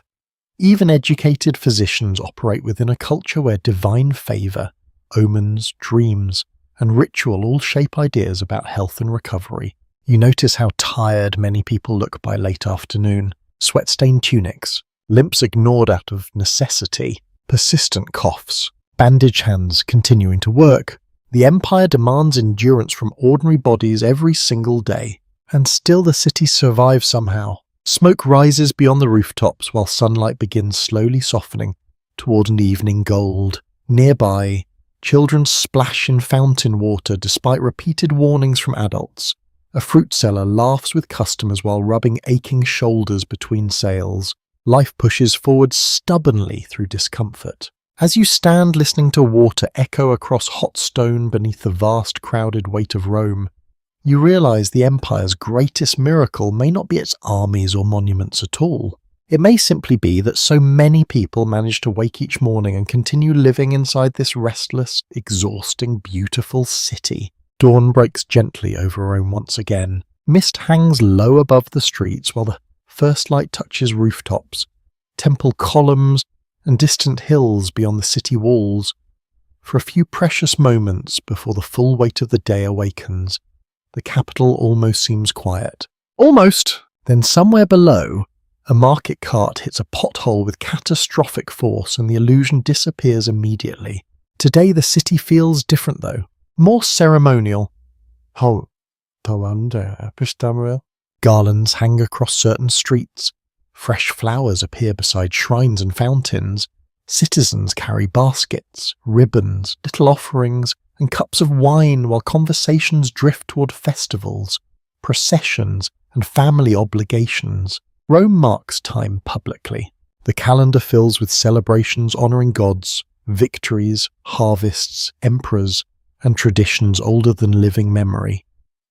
Festivals interrupt ordinary labour rhythms with music, sacrifices and games, feasting and carefully repeated rituals that remind the city who it believes itself to be.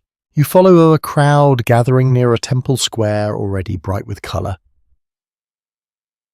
Priests move through preparations while musicians tune pipes and drums nearby. Children weave between adults, clutching sweets and flowers with a barely controlled excitement. The atmosphere feels lighter than usual, more forgiving. Even weary labourers seem willing to smile this morning. Public festivals in Rome often combine sacred ritual with entertainment so thoroughly that separating religion from celebration becomes almost impossible. Processions, athletic events, theatrical performances, sacrifices, and public feasts all blend together beneath banners and incense smoke. A goat decorated with ribbons stands nearby looking profoundly suspicious of recent developments. Probably correctly. The procession begins slowly, priests in white robes, musicians pounding rhythmic beats into the morning air, young attendants scattering petals across the paving stones, crowds lining the streets calling greetings, while sunlight glows against painted walls and bronze statues. The city feels theatrical in the best possible way. You move with the crowd through widening avenues where vendors already sell festival food from portable stalls, honey cakes, nuts, bread rings sprinkled with herbs, sweet wine diluted for thirsty celebrants. Somebody nearby begins dancing badly but enthusiastically. Several children copy him instantly. A surviving collection of Roman festival descriptions suggests holidays could dramatically alter the mood of urban life, temporarily loosening social routines and allowing greater public joy, satire, and spectacle. Certain festivals even blurred status boundaries briefly through costumes, games, and role reversals. Romans clearly understood the psychological importance of collective release. You stop beside a temporary stage where actors perform comic scenes mocking greedy landlords and pompous officials. The audience roars with laughter at jokes probably recycled for generations. Political humour survives best when disguised as entertainment. A flower seller nearby mentions upcoming family visits to ancestral tombs outside the city. Her tone shifts subtly softer as she speaks, because festivals and memory intertwine closely in both. So does death. Later in the day, you leave the crowded celebrations behind and follow a quieter road, lined with tombs, beyond one of the city gates. Roman law generally forbids burials within the city itself, so roads approaching Rome often become avenues of memory. Stone markers rise beneath cypress trees and drifting dust, some grand, some painfully simple, names carved into marble, occupation recorded carefully, messages from grieving families preserved in stone. The road feels strangely peaceful after the noise of the festival. Birdsong replaces shouting vendors. Wind rustles through dry grass beside the tombs. You stop before a small memorial dedicated to a child who lived only a few years. The inscription speaks with heartbreaking tenderness about laughter, affection, and loss. Ancient grief feels immediate here. No empire can distance it. Roman funerary culture places enormous importance on remembrance. Families honor ancestors through rituals, offerings, processions, and commemorative gatherings. Wealthy households display funeral masks and celebrate family lineage publicly. Ordinary citizens join burial clubs, ensuring proper rites even for those without rich relatives. Being remembered matters deeply. A thoughtful scholarly conversation continues around how emotionally expressive Roman mourning customs truly were compared with literary ideals emphasizing restraint and dignity. Yet inscriptions left by ordinary people often overflow with affection, sorrow, longing, and love. Stone preserves emotion surprisingly well. Farther along the road, workers carve a new tomb inscription while family members discuss details nearby. One woman insists the lettering must be larger, another argues about cost. Even mourning involves practical negotiations eventually. A curious funerary custom from parts of the Roman world involved placing coins with the dead to pay passage into the afterlife. Tiny acts of preparation for journeys nobody fully understands. You wonder how many grieving hands pressed coins into cold fingers over the centuries. The afternoon light softens gradually, while distant sounds of festival music still drift faintly from the city behind you. Life and death exist astonishingly close together in Rome. Celebration in one street, funeral smoke in another, children laughing near fountains while mourners carry flowers beyond the walls. The empire accepts contradiction naturally. You return toward the city gates as evening approaches. Crowds still fill the streets, though the mood has gentled now. Families share food beneath awnings. Musicians continue performing near squares where lamps flicker to life against the fading sky. A funeral procession passes quietly through a side street while nearby revelers continue singing. Nobody seems jacketed by the overlap.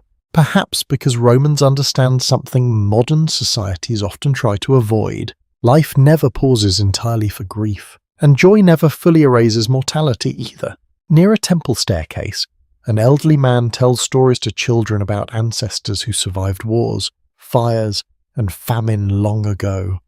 The children listen wide-eyed beneath growing darkness while their parents exchange tired smiles nearby. Memory keeps the city alive almost as much as stone. You pause beside a fountain where flower petals drift slowly across the water's surface. Lamps reflect softly in the ripples. Around you, conversations lower into evening murmurs while Rome settles once more beneath the stars. Festivals end, people die, children grow older. Empires rise and eventually fade. Yet tonight the city still glows warm and human around you, filled with millions of small acts of remembrance performed quietly against the passing of time. And somewhere beyond the rooftops, temple bells ring gently through the darkening Roman air. The final evening settles softly over Rome. From the crest of a hill, you watch the city spread outward beneath fading light, its rooftops glowing bronze beneath the last traces of sunset. Smoke rises in thin, blue ribbons from cook fires and bakeries preparing for tomorrow before tonight has fully ended. Temple columns catch the remaining sunlight, while the river beyond reflects the darkening sky like polished metal. The capital of the empire breathes below you, restless still, but slower now. You have walked its crowded streets, climbed its dangerous apartment stairs, shared bread beside labourers, watched children play in dusty alleys and senators recline beneath painted ceilings. You have stood inside steam-filled bathhouses, noisy taverns, glittering temples, and markets overflowing with spices from distant lands. And now, at the edge of night, Rome feels less like a legend, more like memory. The sounds rising from below arrive softened by distance. A dog barking, a burst of laughter drifting upward from a tavern, wheels rattling briefly against stone before fading again. Somewhere far off, music lingers faintly in the warm evening air. The city never truly becomes silent. Even now, Bakers knead dough by lamplight.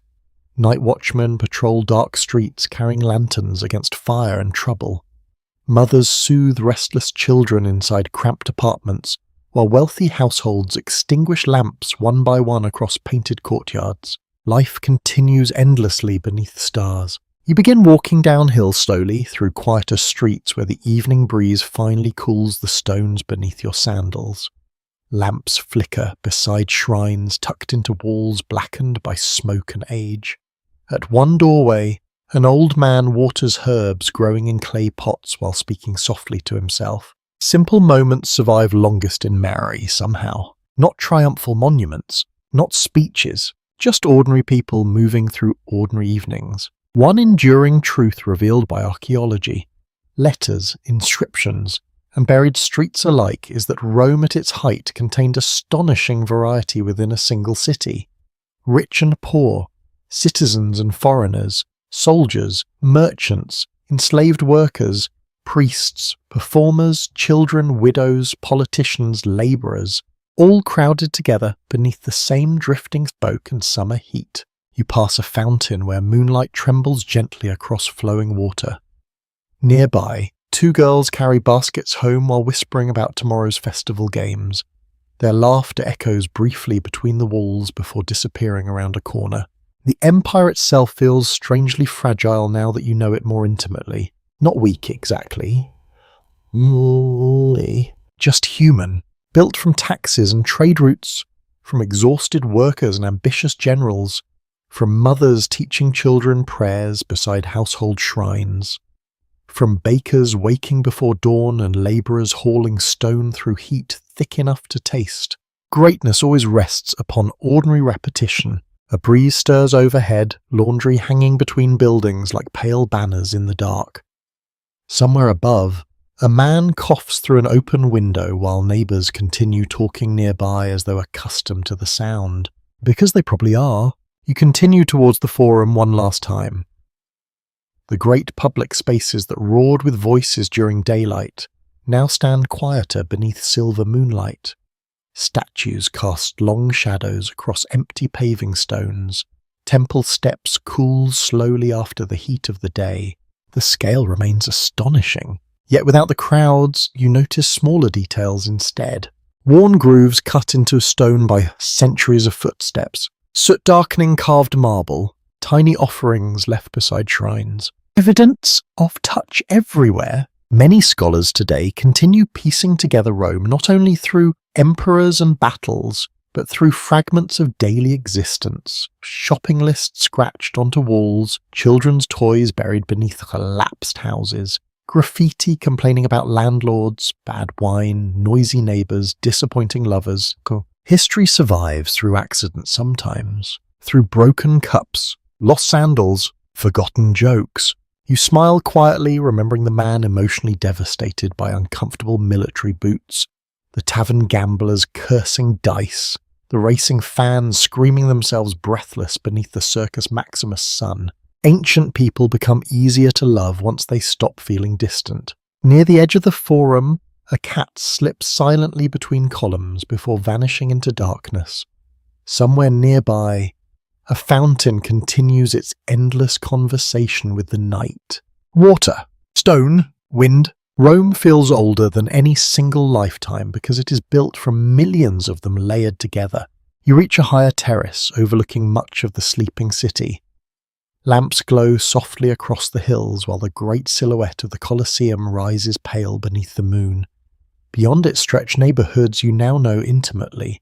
The bakeries, the bathhouses, the noisy markets, the apartment rooftops where families sought cooler air at dusk, the roads leading outward toward distant provinces and frontiers where soldiers march beneath imperial banners. For a moment, you simply stand still and breathe.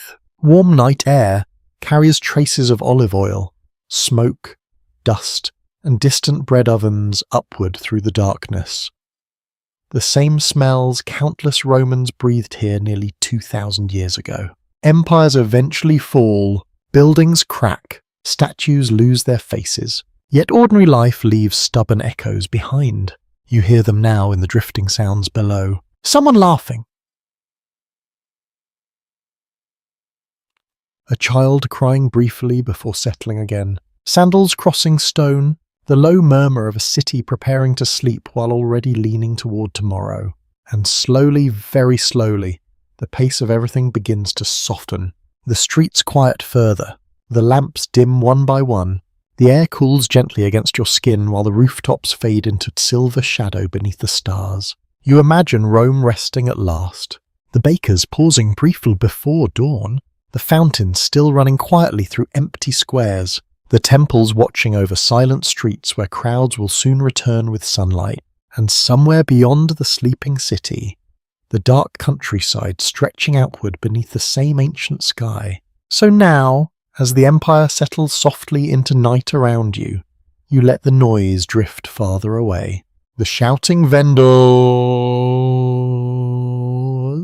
the racing crowds, the clatter of carts, the endless footsteps, all fading slowly into distance, until only the fountains remain, only the warm wind, only the quiet glow of Rome beneath the moon. And with that final gentle image resting softly in your mind, the great city slips peacefully into darkness beside you. Sweet dreams.